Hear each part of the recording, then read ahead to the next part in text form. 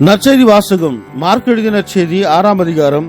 ஆண்டவரின் உயிருள்ள வார்த்தைகள் 1-6 முடிய. அவர் அங்கிருந்து புறப்பட்டு தமது சொந்த ஊருக்கு வந்தார். அவருடைய சீடரும் அவரை பின்தொடர்ந்தனர்.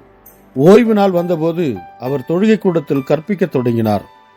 அதை கேட்ட பலர் வியப்பில் ஆழ்ந்தனர். அவர்கள், இவருக்கு இவையெல்லாம் எங்கிருந்து வந்தன? என்ன இவருக்கு அருளப்பட்ட ஞானம்? என்ன இவருடைய கைகளால் ஆகும் வல்ல செயல்கள்? இவர் தச்சர் அல்லவா? மரியாவின் மகன்தானே? யாக்கோபு, யோசே, யூதா, சீமோன் ஆகியோர் இவருடைய சகோதரர் அல்லவா? இவர்கள் சகோதரிகள் இங்கு நம்மோடு இருக்கிறார்கள் அல்லவா என்றார்கள். இவ்வாறு அவரை ஏற்றுக்கொள்ள அவர்கள் தயங்கினார்கள். இயேசு அவர்களிடம், சொந்த ஊரிலும் சுற்றத்திலும் தம் வீட்டிலும் தவிர மற்றெங்கும் இறைவாக்கினர் மதிப்பு பெறுவர் என்றார். அங்கே உடல் நலமற்றோர் சிலர் மேல் கைகளை வைத்து குணமாக்கியதை தவிர வேறு வல்ல செயல்கள் எதையும் அவரால் செய்ய இயலவில்லை. அவர்களது நம்பிக்கையின்மையை கண்டு அவர் வியப்புற்றார். அவர் சுற்றிலுமுள்ள ஊர்களுக்கு சென்று கற்பித்து வந்தார். இது வாழ்வு தரும் கிறிஸ்துவின் நற்செய்தி. கிறிஸ்துவே உமக்கு புகழ்.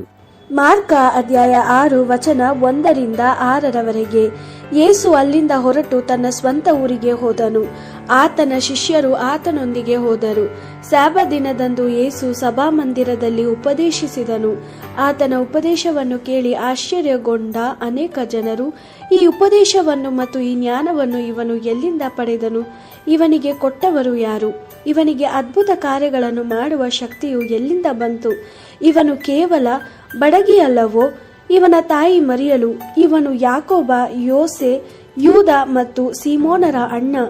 ಇವನ ತಂಗಿಯರು ಇಲ್ಲಿ ನಮ್ಮೊಂದಿಗಿದ್ದಾರೆ ಎಂದು ಹೇಳಿ ಆತನನ್ನು ತತ್ಸಾರ ಮಾಡಿದರು. ಯೇಸು ಪ್ರವಾದಿಯರನ್ನು ಬೇರೆ ಜನರು ಗೌರವಿಸುತ್ತಾರೆ, ಆದರೆ ಪ್ರವಾದಿಗೆ ಸ್ವಂತ ಊರಿನಲ್ಲಿಯೂ ಸ್ವಂತ ಜನರಲ್ಲಿಯೂ ಸ್ವಂತ ಮನೆಯಲ್ಲಿಯೂ ಗೌರವ ದೊರೆಯುವುದಿಲ್ಲ ಎಂದು ಜನರಿಗೆ ಹೇಳಿದನು. ಯೇಸು ಆ ಊರಿನಲ್ಲಿ ಅನೇಕ ಅದ್ಭುತ ಕಾರ್ಯಗಳನ್ನು ಮಾಡಲು ಸಾಧ್ಯವಾಗಲಿಲ್ಲ. ಆತನು ತನ್ನ ಕೈಗಳನ್ನು ಕೆಲವು ಮಂದಿ ಕಾಯಿಲೆಯವರ ಮೇಲಿಟ್ಟು ಅವರ ಕಾಯಿಲೆಗಳನ್ನು ವಾಸಿ ಮಾಡಿದನು. ಇವುಗಳಲ್ಲದೆ ಬೇರೆ ಯಾವ ಅದ್ಭುತ ಕಾರ್ಯಗಳನ್ನು ಆತನು ಮಾಡಲಿಲ್ಲ. ಆ ಜನರಲ್ಲಿ ನಂಬಿಕೆ ಇಲ್ಲದಿರುವುದನ್ನು ಕಂಡು ಯೇಸುವಿಗೆ ಬಹಳ ಆಶ್ಚರ್ಯವಾಯಿತು. ಬಳಿಕ ಯೇಸು ಆ ಪ್ರದೇಶದ ಇತರ ಹಳ್ಳಿಗಳಿಗೆ ಹೋಗಿ ಉಪದೇಶಿಸಿದನು.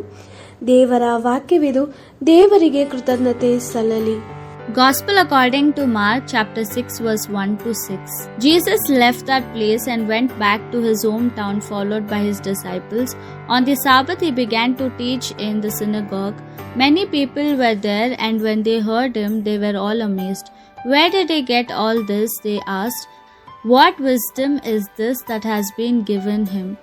How does he perform miracles? Isn't he the carpenter, the son of Mary and the brother of James, Joseph, Judas and Simon? Aren't his sisters living here? And so they rejected him.